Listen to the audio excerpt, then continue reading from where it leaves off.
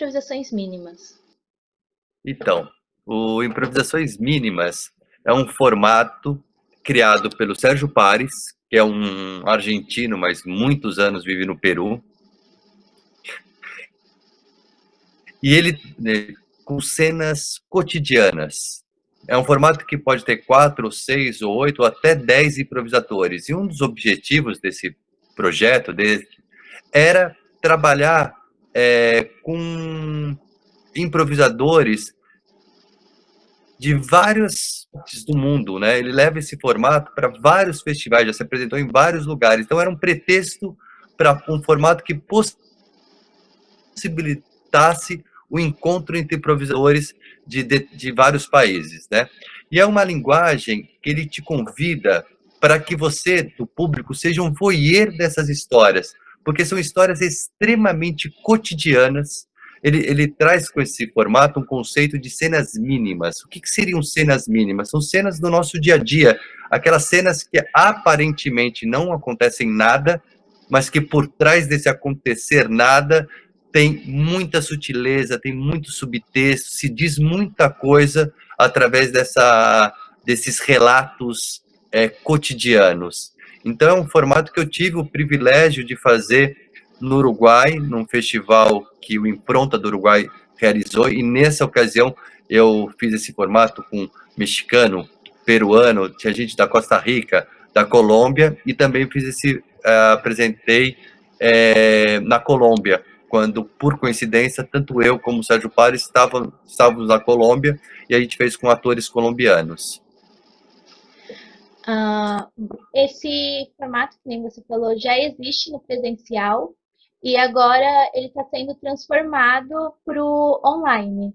Como é que é isso? Você que fez o presencial, como é que agora é fazer o online? Então, eu fiquei sabendo que estava rolando online porque ele já estava começando a ensaiar um formato com a língua espanhola, trazendo pessoas da Argentina, da Espanha, do México, do Peru. E aí eu liguei para ele e falei, nossa senhora, o que você está fazendo? Como você está transpondo? Como você está ressignificando um espetáculo que estava presencial para o online? E aí ele falou, César, assiste e depois a gente conversa.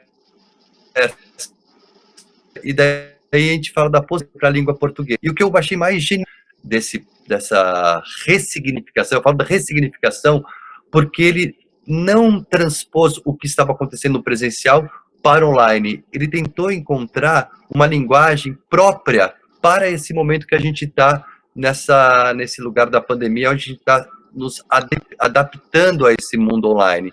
E o que eu achei muito genial é que ele trouxe para essa linguagem online, eu acho que intensificou esse lugar do voyeurismo das pessoas, né? Coisas básicas que mudou completamente. No teatro, o material cênico era a nossa imaginação e também a imaginação do público. E ele traz a nossa casa, a nossa intimidade para o jogo cênico.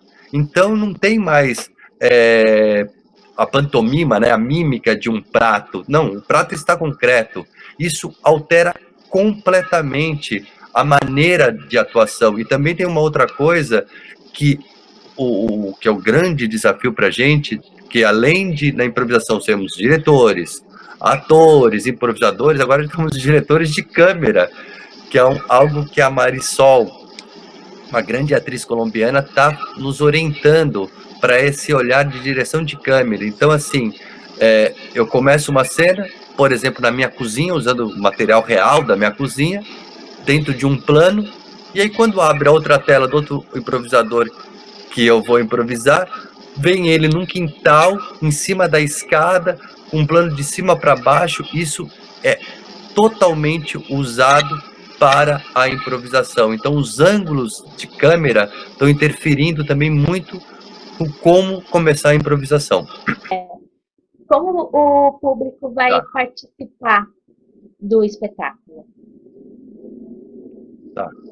Então, no começo do espetáculo vai ter uma sala de espera, onde as pessoas vão poder dizer, oh, cheguei, bater papo, né? E nós estamos recolhendo depoimentos de pessoas E esse depoimento a gente não está vendo, na verdade a gente está mandando para o Sérgio Pares, que é o diretor, né, para que ele selecione. E nas primeiras 4 cenas, nos primeiros 4 encontros, dos 3 primeiros encontros dos personagens, antes vai ter esse depoimento que a gente vai ver na hora.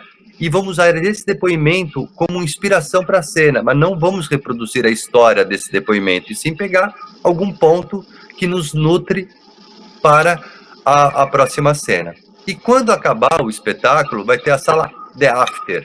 O que significa isso? Ao invés de a gente sair literalmente e presencialmente para comemorar, tomar nosso vinho e cerveja, que eu tenho muita saudade desse momento pós-espetáculo, a gente criou virtualmente, onde as pessoas vão poder tirar curiosidade, bater palma, festejar esse encontro. A cada espetáculo vai ter esse momento The After, né? Uhum. E o que é legal do pretexto que o Sérgio Pares criou por improvisações mínimas online, é que todos nós já estamos há muito tempo nesse isolamento social. Por isso que a ficção é realidade. Eu já estou há 4 meses e meio. Então, nessa ficção, a gente pode estar, tipo, há 1, 2 anos no isolamento social, né? Diferente, por exemplo, tem uns atores portugueses que já estão começando, já sair, então já é uma outra realidade. Então é como se essas pessoas já fosse natural esse tipo de comunicação online. Então por isso que a ficção meio junto com realidade, porque realidade, a minha casa, a minha intimidade e essa sensação que isso está se tornando natural. Então, no Improvisações Mínimas, nós intensificamos essa sensação. Para você, quais são os maiores desafios de fazer no online?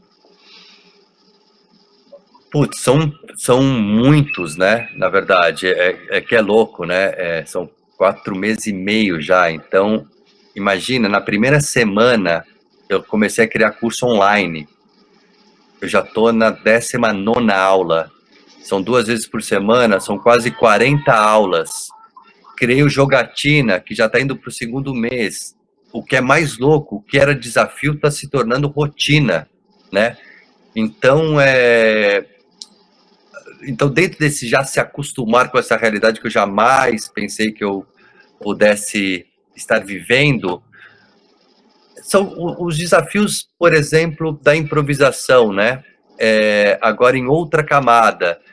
Imagina, eu estou num ângulo, eu opto por um ângulo que eu estou regando a minha horta, né? E eu estou pondo um plano de baixo para cima, isso já me dá um status.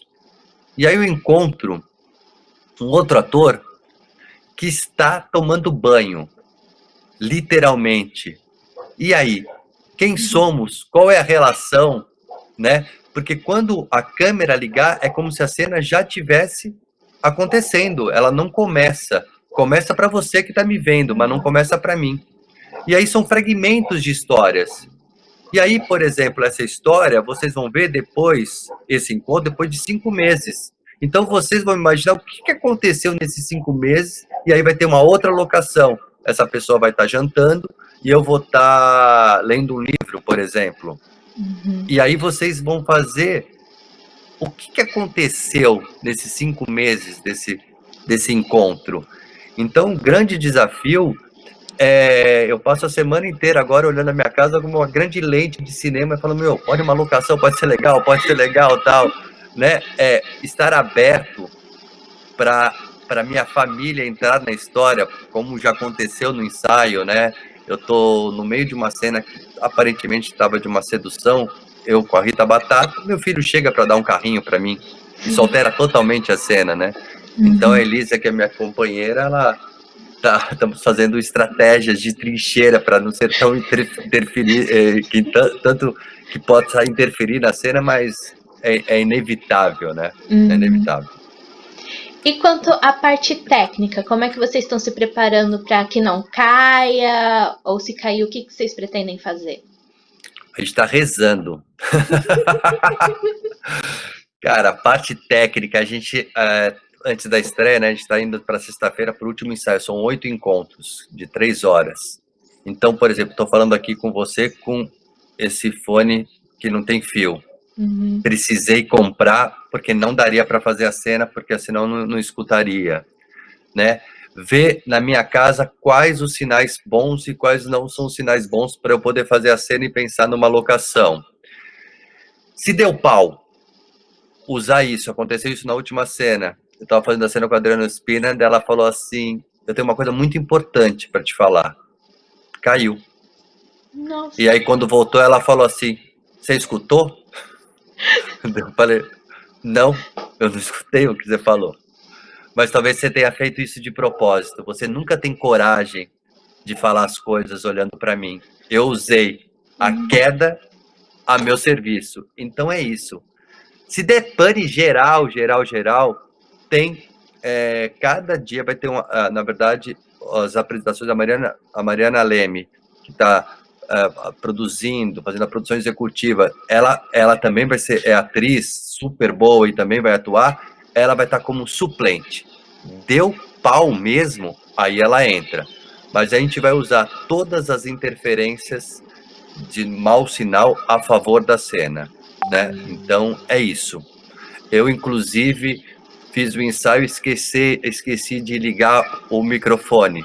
Fiz a cena inteira, a pessoa não me escutou nada e ela usou isso, entendeu? Então a gente está usando tudo o acaso a nosso favor na medida do possível, né? Uhum. E você mesmo já falou que você tem outros 2 projetos nesse tempo de pandemia. Se você quiser falar um pouco mais. Então, eu estou dando curso online, né? Toda quinta-feira às 7 da noite. Tá muito legal porque eu estou juntando pessoas que fizeram comigo curso presencial e pessoas que eu estou conhecendo através desse isolamento social, né? E a jogatina, que para mim está sendo uma delícia, que você já participou, eu acho que é fruto dessas inspirações que eu tenho desde o Jogando no Quintal, QFC Batalhas Improvisadas. Criei online uma jogatina, onde ao invés de ser o juiz Cesar Parcos, ao invés de ser o Gugu Machado, apresentador do QFC, eu sou o croupier. Então você entra nessa jogatina, ou com uma equipe, que é muito legal quando vem uma galera, ou entra sozinha, e aí a gente monta 2 equipes. Aí cada equipe se junta para escolher o seu nome de guerra, sua roupa, seus adereços. E eu, como croupier, proponho um desafio entre uma equipe e uma outra equipe. E no final tem os prêmios, né? Tem a camisa do jogando, ou tem o jogo de botão do jogando, ou tem o DVD do jogando. Para mim foi um pretexto para matar saudades de jogar com amigos e fazer. E é todo sábado às 6 da tarde, 1h30 de jogatina, né? E tem a parte também que está começando a reaquecer, que é a parte com as empresas, onde sexta-feira agora eu vou fazer minha primeira palestra online. Eu estou fazendo uma live que é meio talk show junto com o Álvaro, com músicas improvisadas. Então estamos se reinventando e fazendo o possível para que a gente possa continuar vivo nessa loucura toda. Muito obrigada. E muita Obrigada, boa Ju. sorte aí agora. E você vai estar na estreia, né? Você é a nossa convidada. Tá bom. Já estou dizendo aqui, de antemão, que você é a nossa convidada. Assista. E vai ser um rodízio, né? Por exemplo, estamos em 9 atores, mas cada apresentação são 6 atores. Então, a cada semana vai ter um rodízio entre a gente. Obrigadão. Tá bom?